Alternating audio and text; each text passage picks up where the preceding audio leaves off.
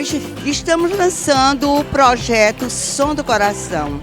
É um projeto que adquirimos com edital que foi aberto através da CHESF, que é a Companhia de Eletricidade São Francisco, onde iremos trabalhar 40 crianças, entre crianças e adolescentes, de 6 a 16 anos, que irá acontecer na Casa de Música Raimundo Custódio. Muito importante aqui no Polo Lazer, a apresentação desse jovem, dessas crianças jucaenses, é um crescimento da nossa cultura, crescimento realmente dessas crianças.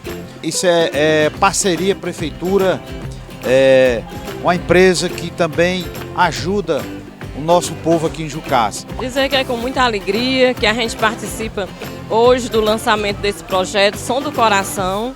Isso é muito bom, né, para ocupar esse espaço dessas crianças, esse espaço que tem livre, e também para aprenderem, né, um momento de grande importância. A gente tem uma imensa satisfação em estar participando desse momento. Uma festa muito boa, muito jovem, muitas pessoas fazendo parte desse crescimento de Jucás, desse crescimento que tanta gente quer para o nosso povo. É uma alegria estar sempre presente nesses eventos, desses jovens, dessas crianças.